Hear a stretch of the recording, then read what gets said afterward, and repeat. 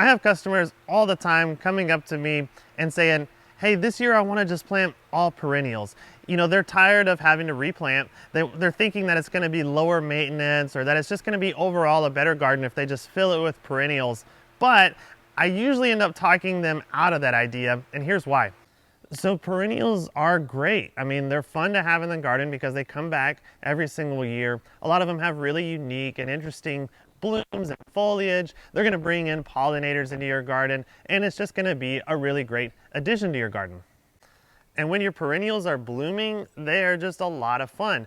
But perennials aren't always blooming. Most of them only actually bloom for maybe a month or at most about 2 months out in your landscape. Now you can kind of stagger different bloom times by choosing plants that are spring, summer, or fall bloomers so that you always have some type of color. But you just gotta know that a lot of times your perennials may not look like much in the garden, and in the winter time, they're all going to die completely to the ground and they're just gonna look like dead sticks over the winter.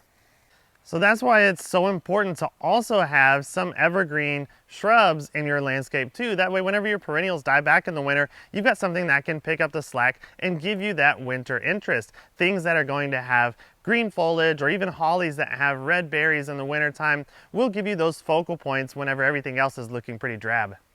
But you should also save some room for some annuals, because annuals, although you have to replace them every year, they will bloom for the entire duration that you're in your landscape. So if you plant some flowering annuals in the spring, they're going to bloom all spring, all summer, all fall until we start getting freezes. And that's why they make such a good focal point or accent piece on your porch planters or in little spots throughout your flower beds.